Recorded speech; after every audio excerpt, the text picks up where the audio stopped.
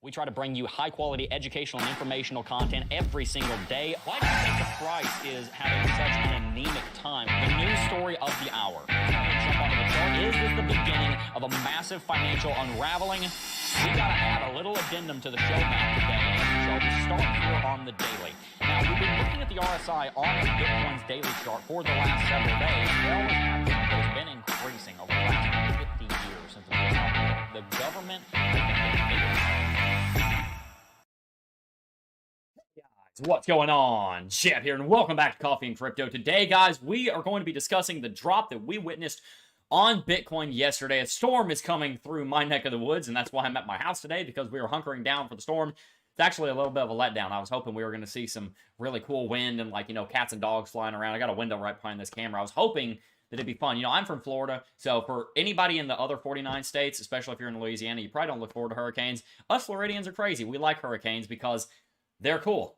And we're crazy. I'm the Florida guy, I guess. But anyway, I was looking forward to it being crazy with a storm coming through down here. But instead of a storm coming through Florida, really, because it's a bit of a letdown, we instead had a storm come through crypto yesterday, and it dropped the price of Bitcoin all the way down to $15,500 and change. And in this episode of Coffee and Crypto Live, we're going to go over a bunch of stuff. First and foremost, we're going to reiterate to you, if you have not seen it on this channel in yesterday's video that I did in the afternoon or in the last two streams, what in the world just happened? Because crypto, Bitcoin was trading at $22,000, dropped down to $15,500, dropped $7,000 in the span of 2 days. What happened? If you still don't know, I'm going to break it down for you. And then we're also going to talk about what I did in relation to this drop, because we went ahead and made another purchase yesterday. So I'm going to show you the exact levels that we bought and the ratios of our total position that we put in. We're now 50% in of all the money we have sitting on the sidelines to put in this round of investment in Bitcoin and Ethereum and Cardano. We're going to talk about what we did investment-wise, because hopefully you guys will find some value out of that. Then we've also got to talk about core CPI, because CPI data came back an hour and a half ago, and it's really good. And in fact, it changed a lot over at the CME Futures prediction of the effective federal funds rate, and it changes a lot for the setup on Bitcoin. So we really have a perfect storm brewing. I told you in yesterday's stream, every time Bitcoin goes through a flash crash like this, I normally end up making a video that says, watch this before leaving Bitcoin. And that's what the title of this stream is today, because I understand some of you, probably not many of you, but some of you might be thinking, oh my goodness, Bitcoin's been crashing for a year now. I mean, it's a year to the day. A year ago today was the all-time high on Bitcoin. It's been going down for 12 months. I'm tired of this. I'm out of the game. I'm done. Where's the bottom? If you're in cryptocurrency, I want you to watch this video before you leave Bitcoin, because by the end of this video, by the end of this stream, I think you're going to have every reason not to leave and every reason to stay, and realize that right now might be the very best time for you to be getting into cryptocurrency in the first place. I'm going to turn it all on its head. You might think 18 months ago was the best time to get into crypto. Nope, wasn't. Now is. And we're going to explain why. And I got money backing that, because I'm going to show you the investments that I just made, because we are jumping into crypto in a big way monetarily right now as well. If you do enjoy today's stream, make sure to smash that like button. Let's see if we can't get up to 500 likes before we even get 20 minutes into the stream. Thank you guys so very much for tuning in. Got a bunch of new people watching. If you're coming from some of my colleague streams like BitBoy Crypto or George or Coin Bureau or any of those people, then shout out to you. If you are new here, hit that subscribe button. This is Coffee and Crypto Live. We go live 10 a.m. Eastern every single weekday, except for when we don't, because tomorrow's Veterans Day. I'm going to be taking off spending time with my family, but I did interview Kevin O'Leary last week, and that interview is going up tomorrow at the regularly scheduled time that Coffee and Crypto goes live at 10 a.m. It's about a 35-minute interview, so you guys are going to have some content tomorrow anyway, and there'll probably be a video that I'll pre-record for the weekend. Don't know quite yet, but I've got a lot of content ideas that I want to make for you guys. Just some quick little simple videos like we did yesterday. Yesterday's video explaining what happened with FTX and Binance got like 14,000 views. If you haven't seen that video yet, go watch it. I shot it. It was an 8-minute video. I broke down as simply as I possibly could what in the world is going on with FTX and Binance. I'm going to rehash it a little bit more today, but if you want a better resource on what in the world just happened, then make sure to go check out that video. And we got some updates, because if you don't know, Binance is saying, wow, those are some pretty horrible books. Nope. So we're going to see what that has to do with all of this today as well. As usual in Coffee and Crypto, we got about 10, 20 different factors hitting the price, and we're going to bring them all together into one cohesive narrative. I like to think of a spindle. I guess it's called a spindle. I don't know. You got like a rope. Whenever you have rope, you have like 8 or 9. Anybody who works in rope making will know what I'm talking about. I'm the king of bad analogies, I've been told. You have all these different strands, and then they're all twisted together and tied together, and you're spindling or weaving together, whatever the word for it is, rope or steel cable. And that's what we're going to do. We're going to take all these different threads and we're going to pull them together into a nice cohesive narrative so that you have an idea of what's going on in crypto with all of these factors. As usual, we're going to start off by giving some cred to whoever was first. Looks like Flare Staking was first today. Said hi. J520 said first. You, J520, were the first to say first. Then we got Justin Eubanks. Shout out to all of our green names. We got Justin Eubanks, Flare Staking, Crypto Mini Bike. By the way, if you don't know, on this channel, if you are a green name and I see you in chat, I'm going to give you a shout out. So thank you so much to everybody who is a green name on this channel, who is supporting this channel. Thank you so much. Flare Staking said, Jebb, who's first today? You were first, Flare. So good job, my friend. Thomas Post said, Buenos dias. We got Thomas Post also said, hope the storm treats all of my Florida peeps well. And by the way, I might be talking a little bit slower today. Might trip over my words a little bit. My throat is really, really sore. I think I'm catching whatever my son had. And so I'm not feeling too great. That's another reason why we're home, because my son's sick and now I'm sick. So either way, we're here. You guys never tuned in for production value anyway. You're tuned in for the information. Nothing happened to the studio. It's sitting over there just fine. In fact, we got some great upgrades coming to it soon. I just can't go there right now because of a hurricane or a tropical storm or whatever. We got Crypto Mini Bike in chat. Justin Eubanks. Mike Lowry. Somebody said in chat that Mike Lowry is Gary Gensler. Mike Lowry, you'll have to either confirm or deny that. I don't think you are. Siobhan Golay, but we're going to talk a little bit about not Gary Gensler, but Jerome Powell and his Federal Reserve relatively soon. Corey in chat. Green name. Shout out to you. Siobhan Golay. Everybody's railing on Sam Bankman-Fried, calling him things like Sam Bankman fraud and whatnot. Look, guys, I'm not in the hate game. People make mistakes. People belligerently and maliciously do evil things sometimes. I don't know whether he made just a laundry list of mistakes or he's just straight up evil. I don't know. I've never met the guy, but I'm not going to badmouth him. I'll give you the facts. You make your own opinion, but I'm not going to participate in that in the name calling. Grand Roofing Incorporated said, hey, good morning, everybody. Gia S said, good morning. Siobhan Golay again. Mike Lowry said, all that in the last few days made me move my remaining coins onto my ledger last night. Boy, can I sleep much easier now. Phew. Yeah, for real. How about that for a sale for Ledger? I bet Ledger and Trezor right now are making so much money ham over fist. By the way, if you're in, who was that said that? Grand Roofing? No, that was Mike Lowry. If you're in Mike Lowry's position and you're trying to get your crypto off exchange and you need a hardware wallet, we actually have an affiliate link for Ledger products down below. I've been using them for 3.5, 4 years. They're wonderful. Check them out. Links down below. Mike Lowry in chat again. Justin Eubanks. Crypto Ben Franklin. Good morning. How's everybody's dip? I almost feel much more relaxed now that I'm not anticipating as much. I am so excited. I am so excited. So excited for this dip. And I'm going to tell you why today. What is a Gary Gensler? a very odd politician. Let me just make sure I've got everybody. Matt C's in chat. Elliot Locke's in chat. Let's see. We're going to jump into Dr. Fuzzy Eyeballs in chat. Man, everybody's here today. The one and only OG Jebb. Thank you, Grand Roofing Incorporated. Mike Lowry said, hashtag FinSolve. If you don't know what FinSolve is, it is our mission statement here. I want to help you achieve something that I call financial sovereignty. Very simply, financial sovereignty is this.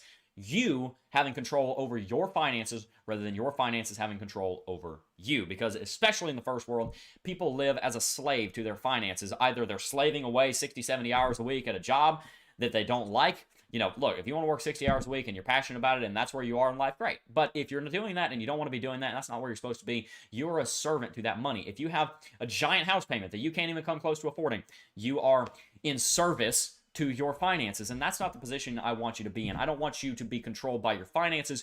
You are supposed to be controlling your finances, and I want to help teach you how to get to that position. All right. I think I gave a shout out to everybody.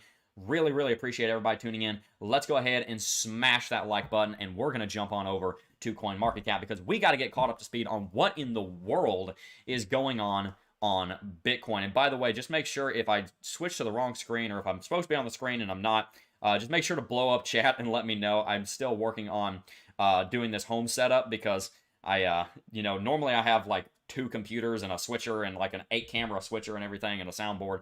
And so still figuring out how to do this just on my laptop on the go. But doing this from home will give me the experience and allow me to be able to take the stream on the road, which means that if we go on a road trip or to a conference or something, I can still bring you Coffee and Crypto. And that's the dream, is that not having to miss Coffee and Crypto because we are not at the studio. I've been wanting to do that for a long time. Now we're able. Anyway, Bitcoin currently trading at $17,753, which is great.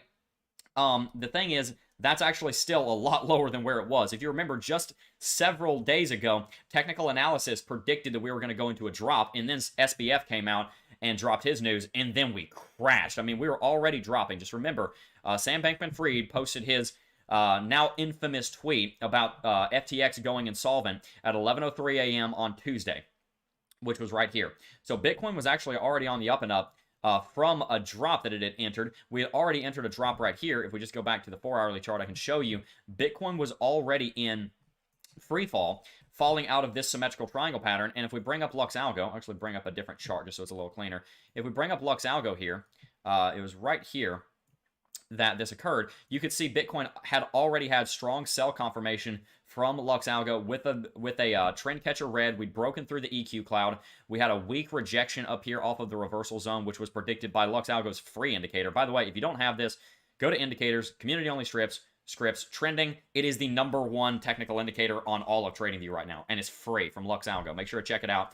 That free indicator showed you right here. You can see that right here.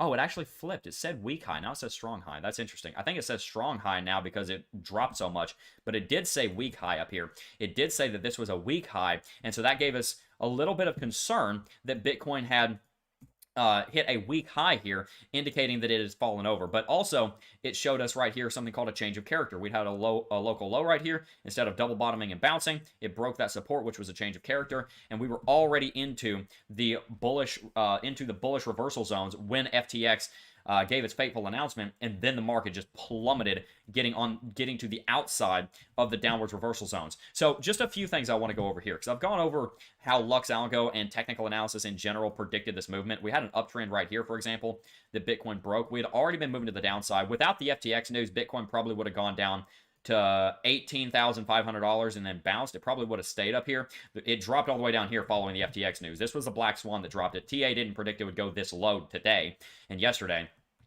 But it did predict that it was going through a drop. So that's why TA is so important, is that not only did it predict we were going into a drop, then the fundamentals came in and exacerbated it. It also predicted where the bottom would be. And that's really powerful. Something I definitely want you to keep in mind is that TA should not be thrown out the window just because there's a bunch of fundamental things going on. TA is meant to supplement everything that's going on fundamentally so that you can have an understanding of where Bitcoin is and where Bitcoin's going. By the way, shout out to Pineapple Pizza. He is now a Jebb youngling, or she, probably a he. I can't say that I've ever enjoyed pineapple pizza, but I enjoy that you remember now. So thank you very much for joining and welcome to the channel. Anyway, Bitcoin dropped substantially and has now set a new local low down here. Let's just turn Lux Algo off for a second. It has set a new local low down here at $15,600, roughly $15,500 and change. And the reason that's so significant is because that is a new bottom for Bitcoin. And I actually tweeted out yesterday something to do with the TA here. I said gigantic hashtag Bitcoin RSI divergence incoming, and somebody responded to Volo B said, "Are you really bullish on Bitcoin right now?" It's like, nope, not even close, not yet.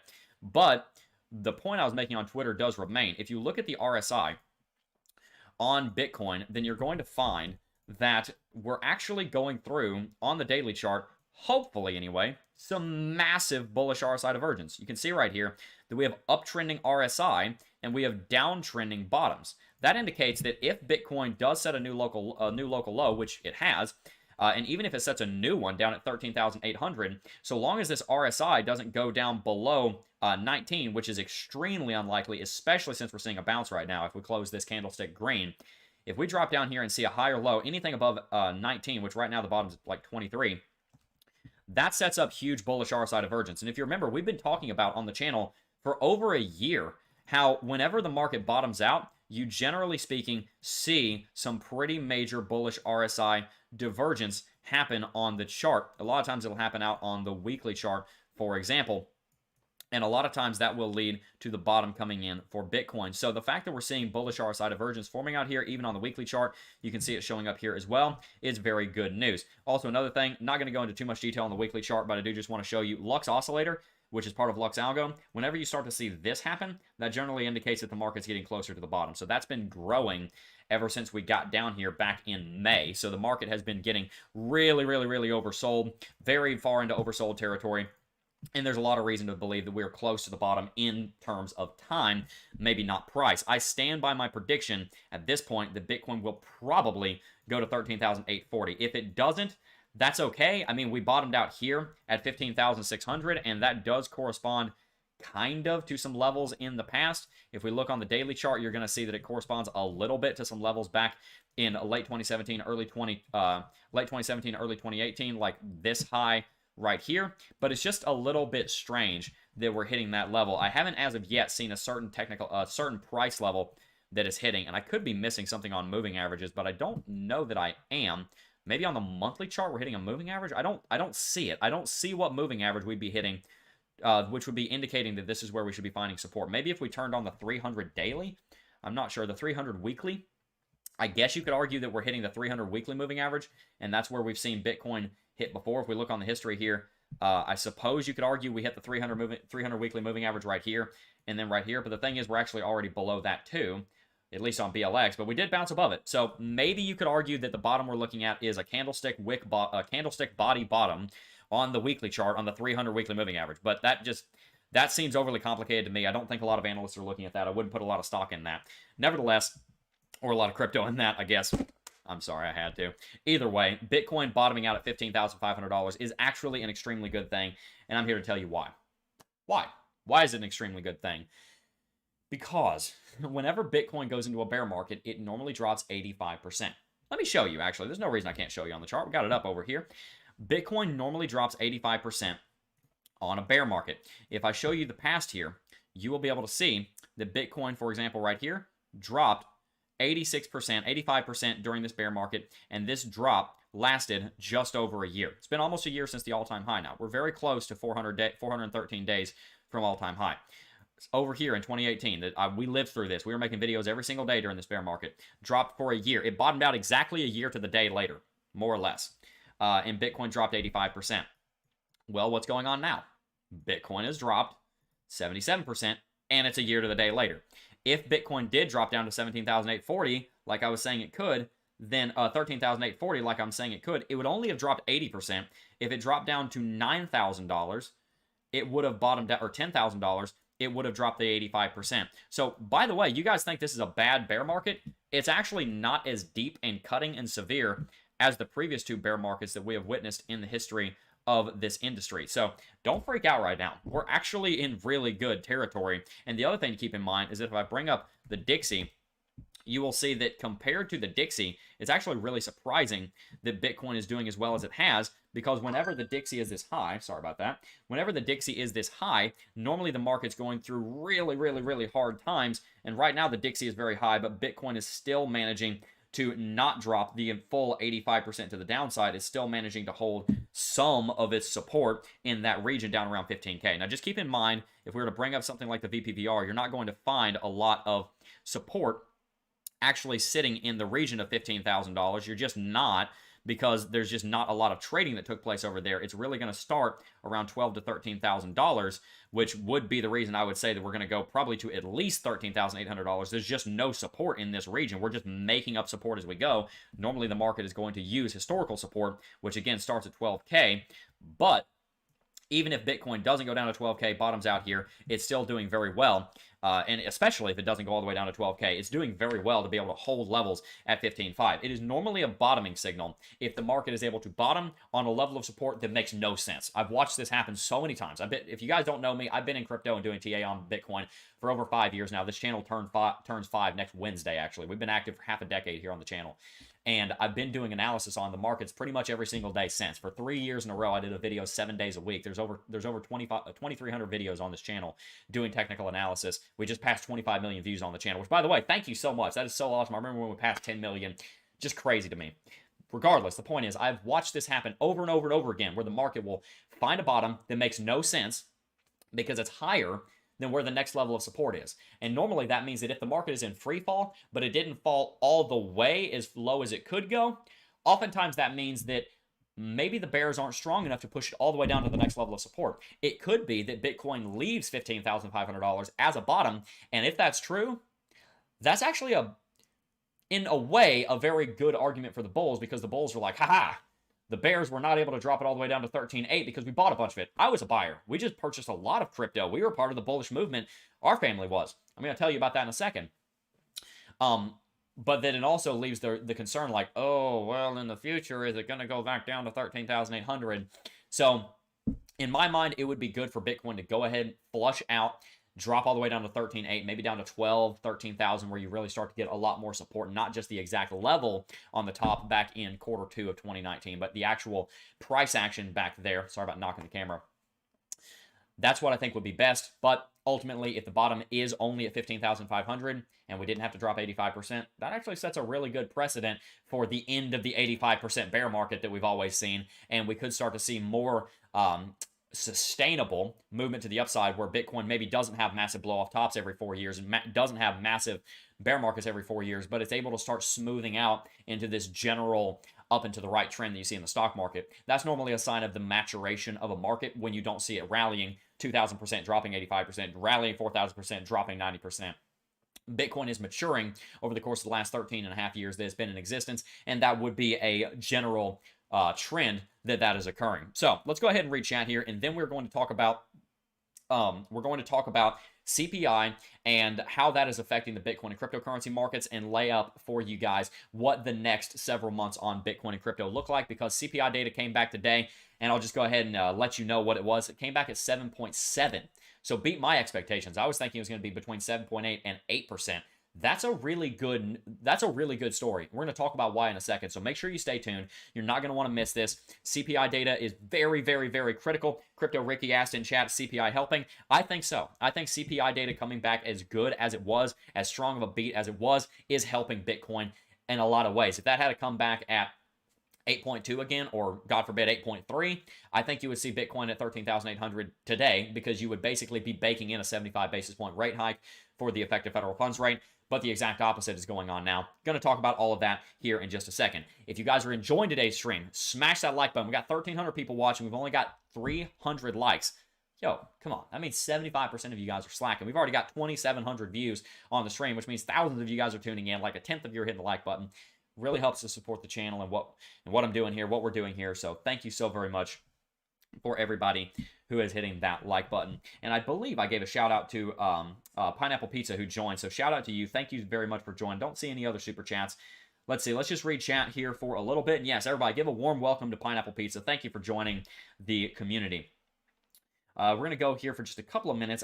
Ali Yoon said, good morning, guys. Can't wait for the Kevin interview. It was a good one. Guys, make sure you go check out, hit your post notification bell. That interview with Kevin knocked it out of the park. It was not me, I'm talking about him. It was an incredible interview. Very excited for you guys to see it. Did CZ cause this? I heard he owned a bunch of FTT and offloaded it. Still doesn't let SBF off. Yeah, okay, so I explained this in yesterday's afternoon video, so make sure you check that out. But really quickly, what happened? Binance was holding a lot of FTT, which was the token that FTX had. It didn't like what was going on with the price. It had concerns about the liquidity and solvency and the health of the FTT token and FTX the exchange. So they announced that they were going to offload over the counter a bunch of their FTT token. That sent FTT dropping below critical support at $188. When that occurred, FTT went illiquid because they didn't have enough funds in their reserves to pay back their customers who were trying to do withdrawals on the platform because of the FUD around them going illiquid. So there was basically a little miniature bank run. Then Sam Bankman-Fried, realizing his exchange had just gone illiquid, which was on the way to insolvency, which was on the way to bankruptcy, reached out to Changpeng Zhao, CEO of Binance, asking him to acquire FTX and make all of the customers whole and save the exchange. In doing so, FTT dropped from around $18 to $19 where it was trading to around $4, wiping out about $4 billion in valuation, which obviously caused FTX's reserves to crash because a lot of their money was in their own token, which was, how do I put this, stupid. I don't know any other way to put it. That sent Solana dumping because then they wanted to sell off and release a bunch of their Solana to try and stay solvent and stay liquid. That sent Solana dropping like 45%, which caused pandemonium in the market because everybody's thinking, oh, why is Solana dropping with FTX? I didn't think that they were affiliated that closely. They're not, but a bunch of supply was about to be dropped on the open markets.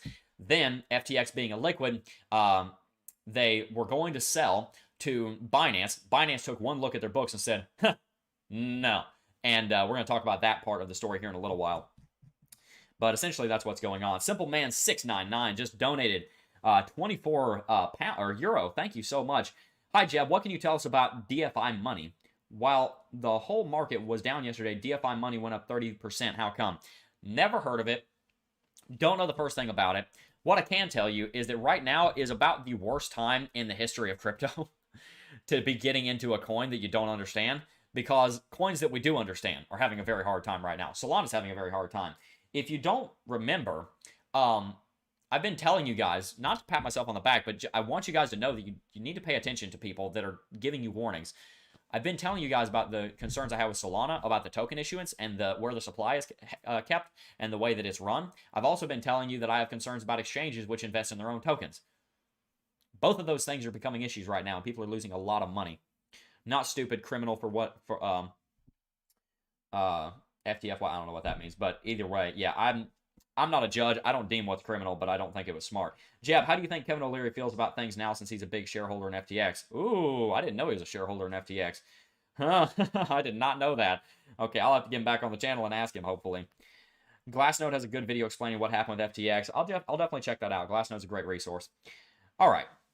Guys, make sure to hit that like button if you're enjoying today's stream. Thank you guys so very much for tuning in. Gonna go ahead and jump into the next part of our show here, but before we do, I do just want to give a shout out to one of our sponsors, which is none other than BitGet. Guys, BitGet is the place to be right now for something called copy trading. If you guys are like me and you've got a ton of things to do, I run a business, I run a YouTube channel, I'm married, I have a 2-year-old, we're having a baby girl in April, and so many things going on. I don't have time to day trade. I used to day trade. I'm an investor now. I don't day trade anymore. I look at the charts, I read them every single day, I commentate on them. I love reading the charts, but I'm not a day trader. So if you're like me and you're not a day trader, but you want to make the money of a day trader, then one of the things you can do is you can go to bitget.com/copy trading, and you can check out this functionality over here where you can follow other traders on their journey and make money alongside them by copying these expert traders' trades. You can see their ROIs here in the hundreds of %.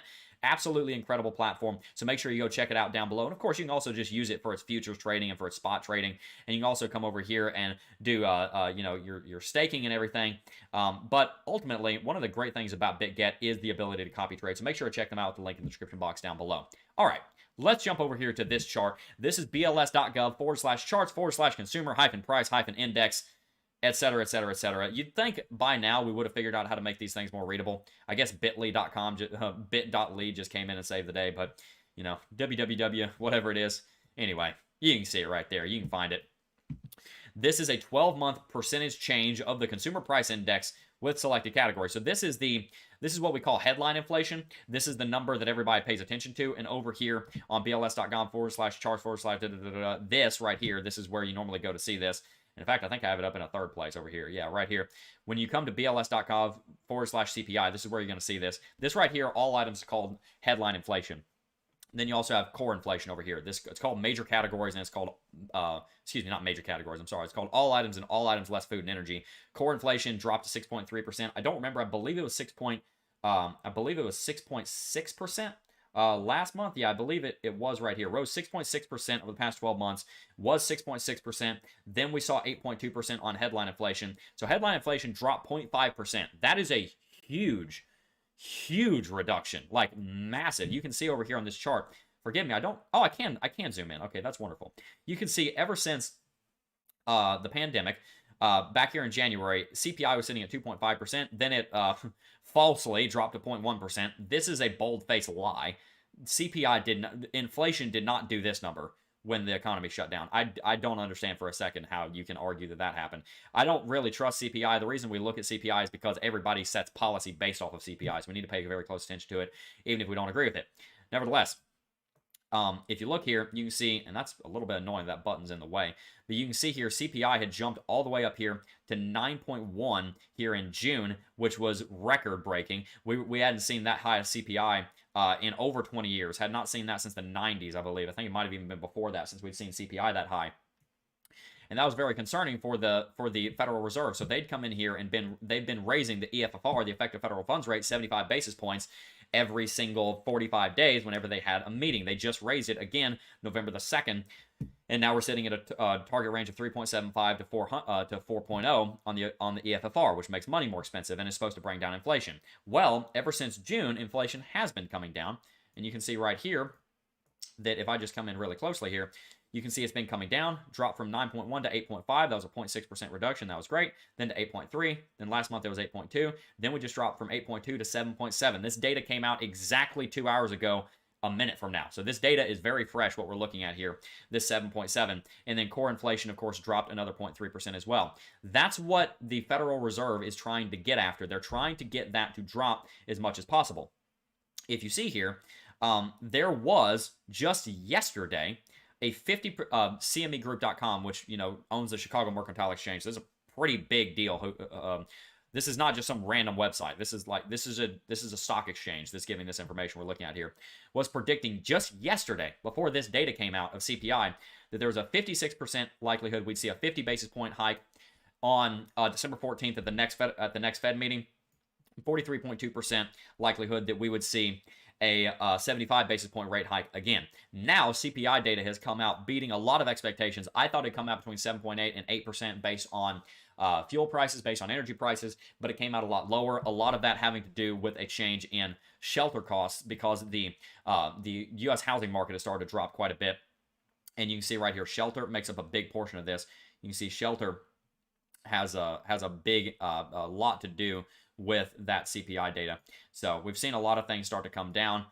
Food at home, energy's come down quite a bit. I mean, energy was sitting up here at 41.6%, dropped down to 17.6%. That's not so much because prices have come down. That's because 13 months ago's data has dropped off because the energy boom started happening about 13 months ago now. So now we don't have that data corrupting things. So energy coming down has been really helpful. Medical care and commodities came down. Education communication was already down quite a bit. Gasoline dropped a lot, was at 60%, it's down at 17%. Let's see, natural gas has come down substantially. That was a pretty big one. Let's see, new vehicles have come down a lot. So a lot of these things are starting to help because we're still running into supply chain issues. Make no mistake, CPI coming down like this is not exactly a good thing, at least in the way it's happening. But ultimately, it does mean that the Fed's going to be a lot less hawkish on rates. So now we have pretty much, not certainty, but we're very, very sure that we're going to see a 50 basis point rate hike instead of 75. And the reason that's so important is because that means that the insatiable rally that we've been seeing on the Dixie is likely to come to its ultimate conclusion. It had already paused over the last couple of months. I can just show you really quickly here. The massive rally on the Dixie has more or less paused. And now that we've seen the CPI data come back as positive as it is, I mean, literally just in the last couple of hours, we've seen the Dixie drop substantially, and that's because a lot of people know that these rate hikes that were so aggressive at 75 basis points have more than likely come to an end. We can just, for example, come up over here and we can bring up CPI year over year. I think we can bring that up here. Let's see if I can bring this up right here. I don't know if it's going to let me do this. Let me try and pull up a comparison right here. Bank of Cleveland, that's not what I want. I want to bring up CPI MOM. Is that it? Is this it? I don't know if it's going to work for me, but I can show you the charts individually. You've seen the rate hikes come in very strong, and when you're seeing these massive rate hikes, believe it or not, it actually makes the dollar a lot stronger. And the reason for that is because, see if I can pull it up here. I don't know why it doesn't want to cooperate. I believe it's CPI US. US CPI, what is it? Can you guys tell me in chat? I feel, there we go. It's US CPI median year over year is the chart I'm looking for. You can see the CPI, I'm sorry, I keep putting the wrong thing. It's not CPI, I'm looking at the EFFR. That's what I'm looking for. The effective federal funds rate has been jumping 75 basis points every 45 days, jumping up to where it is now.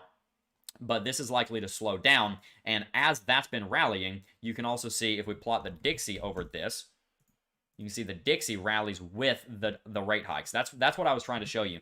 The Dixie moves with the rate hikes. So if the rate hikes are going up as they were in 2017, 2019, Dixie was, at least towards the end, rallying with it.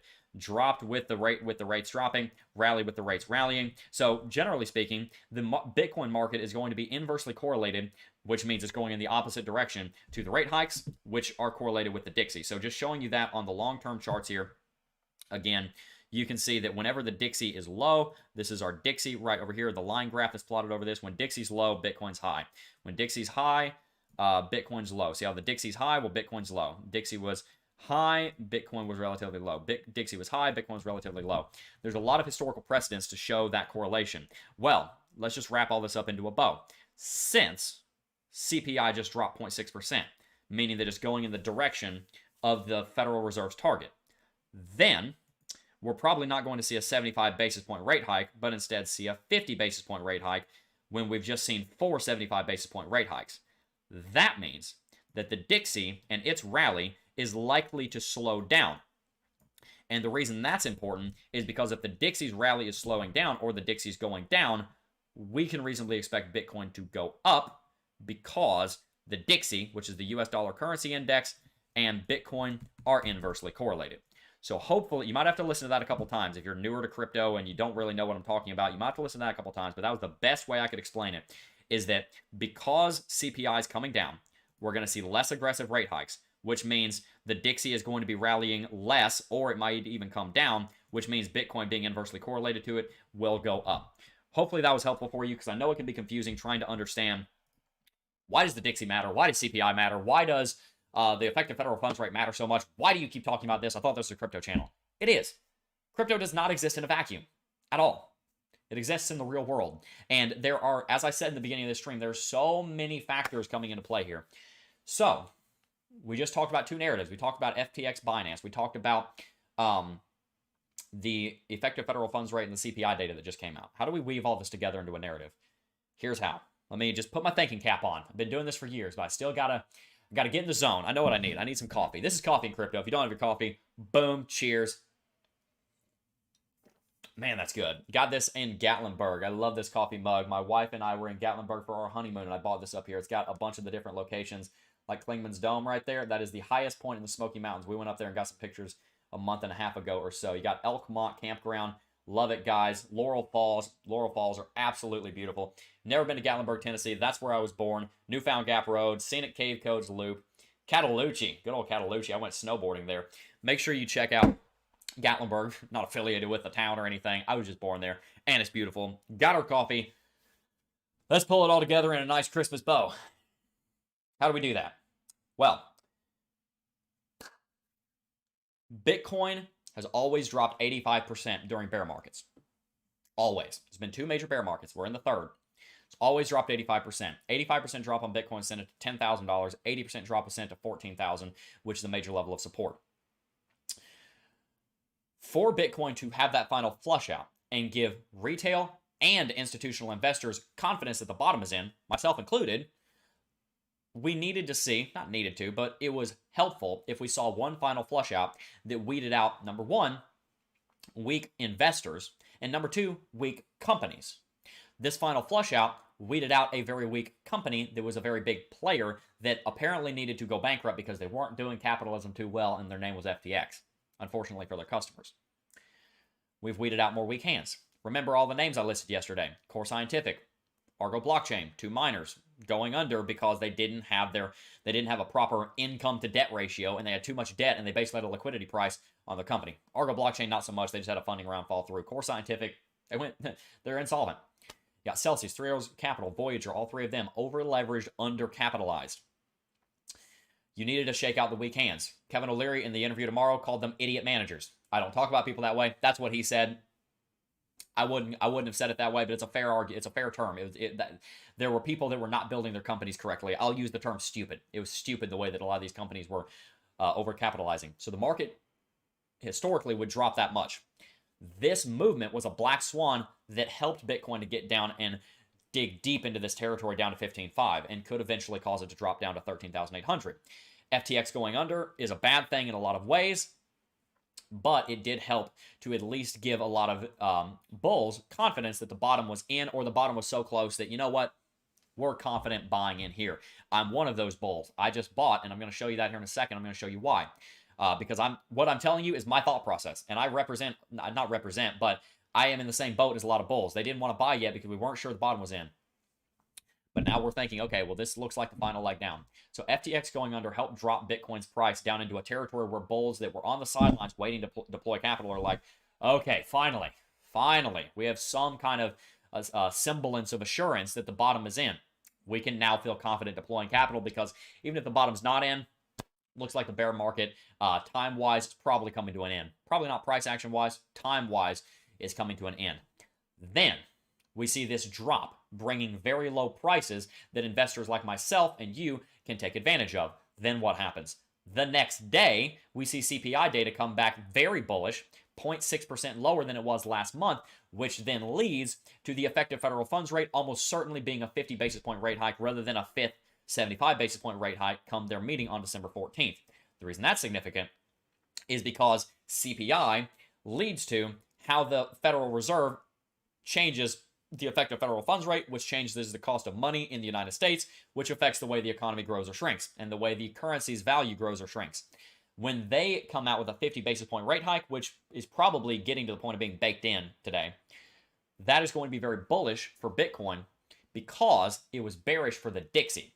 The Dixie and Bitcoin being inversely correlated, if the Dixie starts going down from 108 or wherever it is right now down to 100 or so, that will trigger confidence in investors to go into Bitcoin because now the US dollar is not as strong as it was. And so all of these institutional investors are thinking, okay, we don't want to hold on to cash anymore, even though inflation is going down.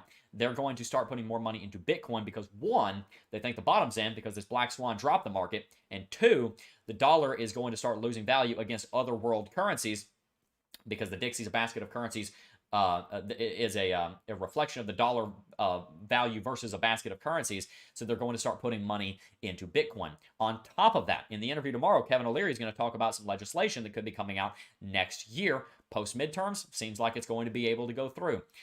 That legislation would be landmark, and it would allow for things like stablecoin transparency. It would allow for major institutions to invest in stablecoins and to start using them as a payment mechanism rather than using SWIFT, which is very slow, and ACH, and the way that current banking models operate, which could drive trillions of dollars into Bitcoin and crypto. On top of that, there is so much money in the Middle East, which Kevin O'Leary, who just became an Emirati citizen, tells you about in our interview tomorrow.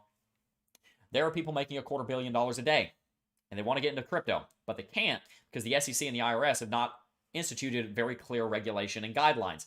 They are in the process of doing that. The IRS has the clearest guidelines and regulation that it has ever had in the history of crypto. It's still confusing. It's the IRS, always going to be confusing, but they're making progress. There is a perfect storm going on right now in crypto, and it's not called Nicole.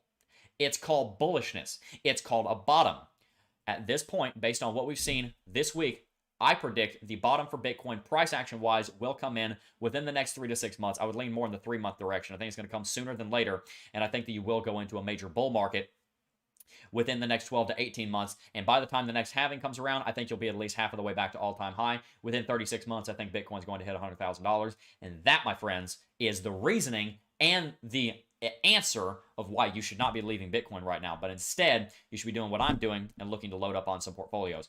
And by the way, I probably should have said this at the beginning of the stream. There's a hurricane, well, it's a tropical storm now, going over my house. So if I lose power, I do apologize. I think we'll be fine. I don't think it's a problem. I just saw this lamp flicker. It's really funny. I didn't have time to grab any lighting equipment, so I literally just have a night lamp right here to try and illuminate my face. Not working the best, but it's okay. The overhead lamp's working as a hair light. You can see the reflection up there. I've been in YouTube for 5 years, actually like 10 years, and production for about the same time, so we make it work. Anyway, we're going to read chat here for a little while, and then I'm going to go over my investments. Not the dollar value, but I'm going to go over the exact strategy and the exact dollar prices that I bought everything at, because we did 2 rounds of purchases at 2 different levels. I'm going to show you the entries that I just got. I think you guys would be excited to see that and the strategy that I'm going through. Like I said, guys, I've been in crypto for over 5 years now. I've been waiting for a drop like this because the strategy that I'm playing out right now, I did not have in place when Bitcoin dropped down to $3,000 back in 2018, 2019, and I missed out. I managed to get some pretty good investments when the pandemic started, but I wasn't able to buy the dip as much as I wished I had. I had been buying a lot of stuff on the way up, which isn't terrible, but I wanted to get these dips, and I'm very glad that I've loaded up some right now. All right, let's go ahead and read some chat. A lot of people in the stream today, almost 1,500 people watching, but only 560 likes. Come on, y'all. We got to hit that like button. Please go ahead, hit that like button. Thank you guys so much for tuning in. Queen said, I love your sacrifices, Pastor Jebb. You're a godsend. Well, I suppose we're all godsends, aren't we? I mean, he's the author of life. Thank you so much for that. I don't know what I'm sacrificing. I'm very blessed, but thank you. Where do you live in Florida? I live in Tampa. I live in Florida. Boom. How likely do you think there should be another bottom soon, Crypto Jebb? Very likely, and I think it'll be in the next 3 months. When did you come back, Jebb? Welcome back. Been back a month now. Awesome value, Jebb. Thank you. Jebb, what about the rumor that USDT is going to crash due to FTX exposure? True or false? I wasn't so sure FTX was going to go illiquid, and I was proven wrong. I don't want to say that it couldn't happen because it could. If it does, well, good. We got another weak manager out of the industry, and a lot of these different people that are in crypto, these companies that are in crypto, are undercapitalized, over-leveraged. They're building their entire company on a liquidation price. If Bitcoin goes to a certain level, the company goes insolvent. How dumb is that? Like, come on. You gotta have enough cash assets to cover yourself and have a long runway. I've told this story before about a construction company that I heard about. I don't remember the name of the company. But during 2008, all their competitors had to lay off 50% of their workforce because the labor market dried. Not the labor market. Sorry, the labor market was fine. The housing market dried up. The construction industry dried up. My dad was in construction. I know how bad it was. I was 8 years old. Had a huge impact on us. But this construction company, luckily, had like a 24, 36-month runway of just a ton of cash. Just a giant pile of cash. And so they ran a net loss on their operating income every single quarter for 2 years, but they didn't lay anybody off. When they went through that and got out on the other side, all of their competitors have been cut in half in the amount of work that they could do because they laid everybody off. And they lost the money. They had downsized. They didn't downsize, just bit the bullet for 2 years, and then they stayed the same size, and just by staying the same size, relative to all of their competition, they doubled in size because of the way that they had managed to stay through that market. That's what a smart company does. It manages to maintain all of its operations and maybe not grow, but tries to avoid downsizing at all costs during a bear market. That's what Toyota did during 2008. They didn't lay off any of their workforce. They have temporary labor that they laid off, but the people that were part of their like Toyota family, they didn't lay people off. They didn't shut down factories. They lost money, but they managed to grow because they managed to survive the market without shrinking. That's what a lot of these companies were trying to do. They were trying to survive the market without shrinking, but they didn't do it on a cash basis. They did it on a debt basis, and that's the problem. I don't want you to do that. That's a fear, not a fear. You're not supposed to be afraid, but a concern that I have for you guys is I think some of you, maybe only one of you, but if only one of you hears this and changes this, it'll be worth it, are operating in a way where you have so much money in crypto that you can't afford to pay your bills. You can't afford to pay if you have a company, you can't afford to run your company. If you have a family, you can't afford to run your family without having to liquidate cryptocurrency. It's not a good position to be in, because if the cryptocurrency goes down and you don't have those assets, are you going to go bankrupt? You're overinvested. You're up a creek now. You can't, but you don't try and liquidate it now with it being so low. What you need to do is you need to cut your costs or go find another revenue stream to keep yourself whole so you're not having to dip into your crypto like a lot of these companies are doing. We are witnessing a flush out of companies that were built on poor collateralization, on a liquidation price, and on a lack of capitalization and a runway to survive a bear market. It wasn't smart. All right, so what we're going to do now is we're going to look at the charts here just a little bit more. I want to show you another technical indicator here that I've been using, and then we're going to look at my entry prices. So let's go ahead and look here at Bitcoin. Just want to show you one of the technical indicators I've been using recently. It is called none other than Chart Prime. Let me go ahead and grab it here. I had it. I don't know where it went, actually. It's supposed to be here. Where'd my Chart Prime go? There we go. Chart Prime. Boom. I think it was there. I just couldn't see it. Where is it? Goodness. There we go. I'm sorry. It doesn't want to show up on me. Oh, here we go. Here we go. Let's go ahead and go in here to chart patterns, and we'll also grab the other one here, which is the Chart Prime Oscillator. So I want to show you these indicators because they've got some pretty solid. Signals here that are going to help you out. So guys, check this out. One of the things that Chart Prime did on this drop is it actually gave you an overbought signal right here, well before we rallied all the way up here. And then right down here, you can see we were getting into oversold territory because we had dropped so far outside of the Chart Prime Oscillator down here. We fell out of it and we started bouncing, and this gave us an early signal that the market was starting to bottom out. And the other cool thing is that Chart Prime actually comes in here, and what it'll do is it will draw automatically some drawings. So you can see here, I just removed all drawings, and it actually drew, for example, this falling wedge. This falling wedge, there's a 70% likelihood that you break to the upside out of a falling wedge. You can see it even printed the price target here, and then drew the price target right here. This was all automatically generated by Chart Prime. So make sure you check out Chart Prime with the link in the description box down below. Another thing that they have here on their other indicator is, let me get candlestick patterns here. They have these candlestick patterns that actually show you different candlestick patterns that we have taught you guys before. So let me see if I can find an example. You can see FTM. This is a red, 3 green, and 1 red. It's a bearish pattern, so it's going to show you those different things. So make sure you check out Chart Prime with the link in the description box down below. But anyway, I also want to show you on the charts something to kind of illustrate where we've gone into our investments, and that would be over on these 3 charts right here. These are clean charts, except they have blue lines on them, and these blue lines represent the entry prices. We've done 3 entries. 3 coins with 2 entries each. So I'm going to show you exactly where I bought and the percentage of our total investment that we have invested so far. So let me start off by explaining the strategy. The strategy that we've deployed, and you can still do this. It's not really too late to do this. You missed the beginning of it where I managed to get some of these. I've been talking about this strategy for the last several days, but we had a certain amount of money that we broke up into 3 transactions, and I broke up the second one into 2. So a third, a third, and a third. We were going to ladder in around 18,200. We went ahead and jumped in there. Wasn't the perfect price, but it was good enough. It'll be 5x when Bitcoin goes to 100K, so we're happy about that. Then we had a second third and a third third. The second third we were going to put in around 15 to 16,000. The third third we're going to put in around 13 to 14,000. Then if it goes below that, then we might put even more in as like, wow, Bitcoin's at 9K. We just got to dump money into that because it's going to be so great. But see, I'm in the position of a lot of these bulls. We're waiting for a final flush out, and now, okay, this actually looks like the bottom. Weren't really sure about that nonsense up around 20 to 22K. Well, it didn't really look like it was the bottom. Now it's starting to look like, okay, the bottom's close. So we're interested. So we put the first third in. I'll go ahead and show you where we put that first third in. The first third went in on Bitcoin right here. So 50% of the first third was into Bitcoin. That entry was at exactly $18,369. You can see right here on Bitcoin, we bought in right here on a little bit of a dip while it was moving right here. This was the first third. We went ahead and took advantage of this opportunity. Just remember, guys, when we did this trade, I don't actually have the time that we did it here, but it was probably right here. This is what we were looking at on the market. We didn't know that the market was going to go lower. You want to be careful about looking in hindsight and saying, well, Jebb, that was a stupid trade because look, Bitcoin went down here and you should have just bought the bottom. Like, come on, that was dumb. Why'd you buy up here when you could have bought down here? I'm sorry. Do you have a time machine? Because I don't. I didn't know whether Bitcoin was going to go down or go up. I can assume one direction. I can use technical analysis to predict, and I did predict it would continue going down. That's why we had buy orders down there. But we wanted to make sure that we got a buy-in down here at 18K, because if it didn't go to 15K, but it ended up going to 100, $18,000 is better than buying it at $30,000 later. I would rather get a decent entry, but get an entry rather than trying to get a perfect entry, if that makes sense.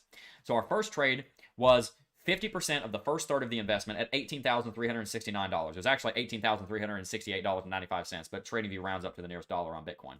Then 30% of the first third went into Ethereum. It went into Ethereum within 2 minutes of the other trade, did all 3 of the first transactions at the same time. We got into Ethereum at $1,328. That was 30% of the first round of investment. Then we put into Cardano at 37 cents, the 20%. So we had, of the thirds, the first third, and we're doing this for all the thirds, 50% to Bitcoin, 30% to Ethereum, 20% to Cardano. That was the first trade. You saw the prices here. I'll go ahead and show you again, just so you can see what our entries were. We were very excited about them. Make sure I'm on the right chart here. I am. Boom. Sorry, I got to do this with a hotkey. Bitcoin, we got in for the first third. We did half of the first third in Bitcoin, 13.69. Then on ETH, we got in at 13. It was 18,369. Then over here we got at 13.28. Then on ADA we got in at 37 cents.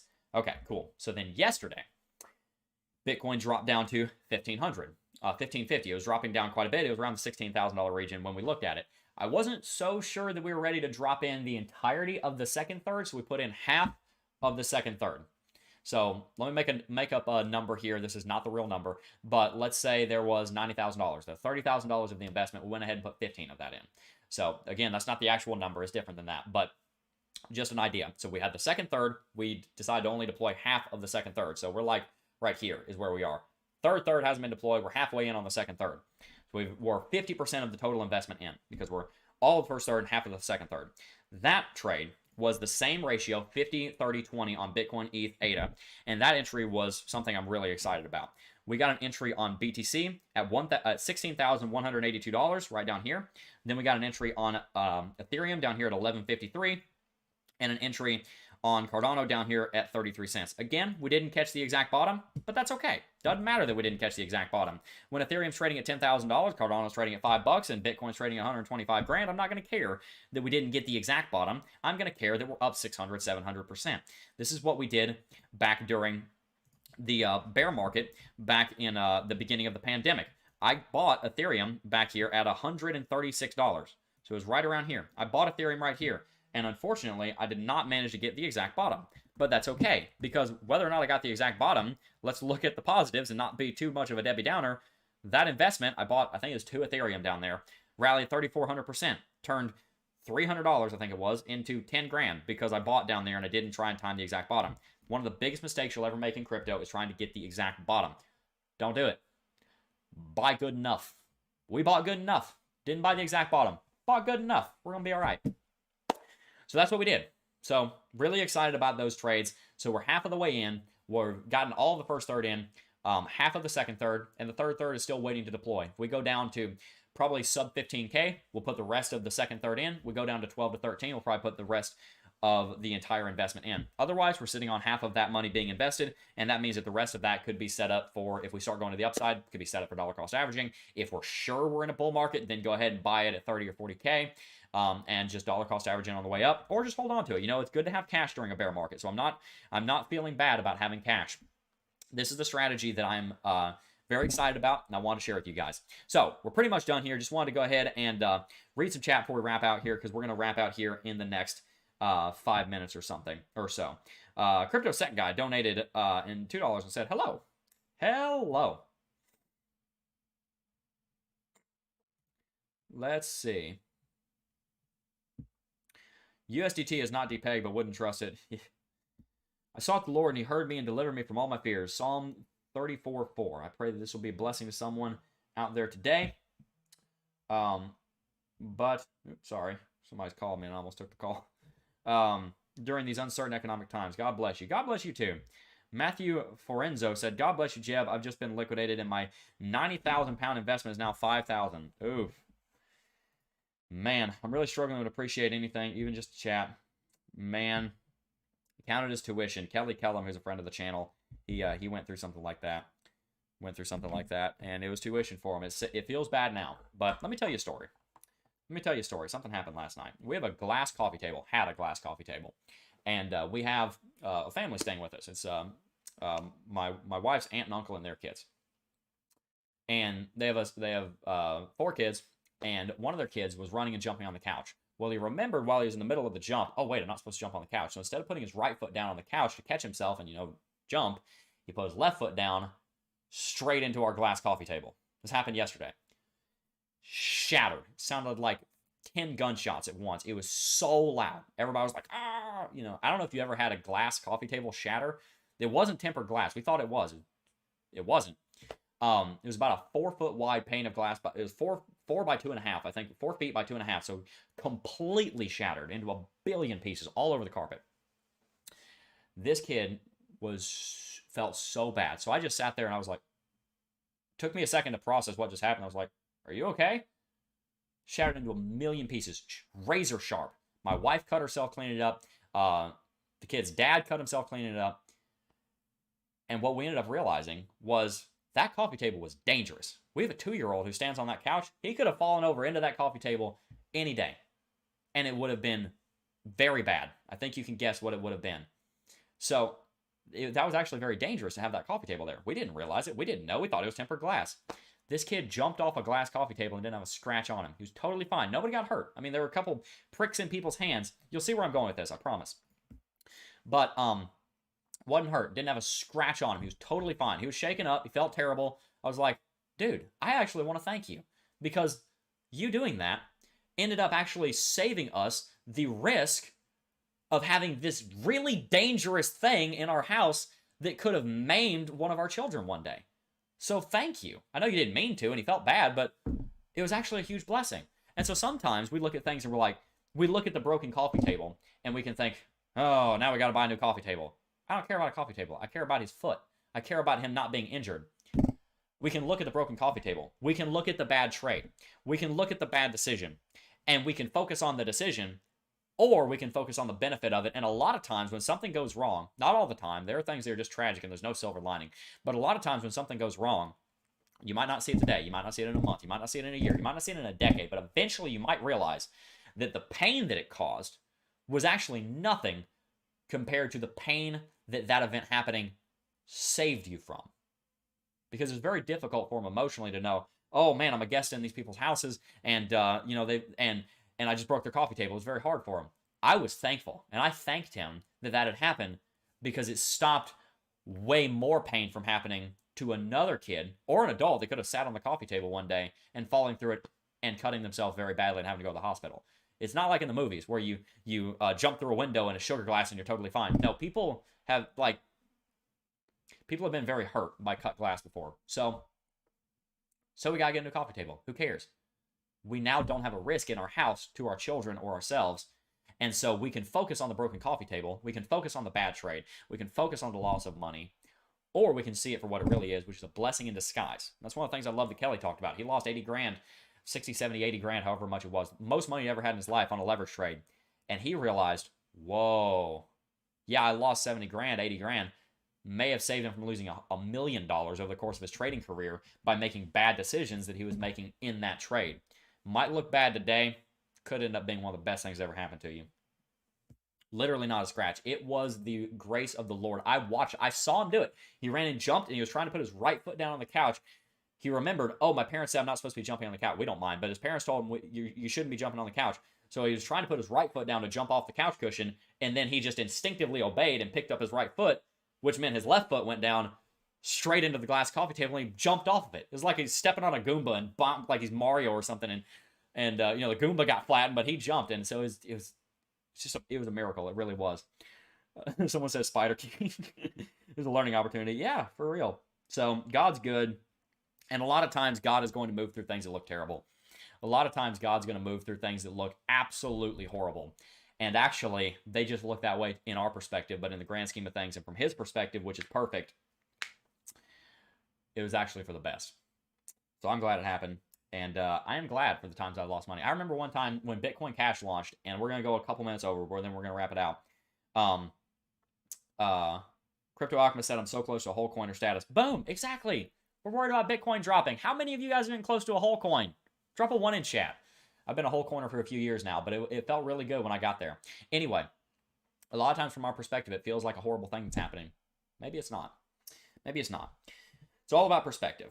And I mean, there are some times where something happens, like if there are tragedies that happen and there's no way to slice it. It just sucks. But normally there's a silver lining, and a lot of times the silver lining is bigger than we give it credit for. A lot of times it's not a silver lining. It's that it's silver with a brown lining, and we're focused on the brown line. I don't know. I learned from Do Kwon. I won't make that mistake again. That's what I was going to say. I invested in Bitcoin Cash, $5 when it was when it originally forked. It's like, oh, it's going to go up. It's going to be the same amount as Bitcoin. I'd been in the market for a month, I didn't know what I was doing. And lost my $5. One of the best $5 I ever spent.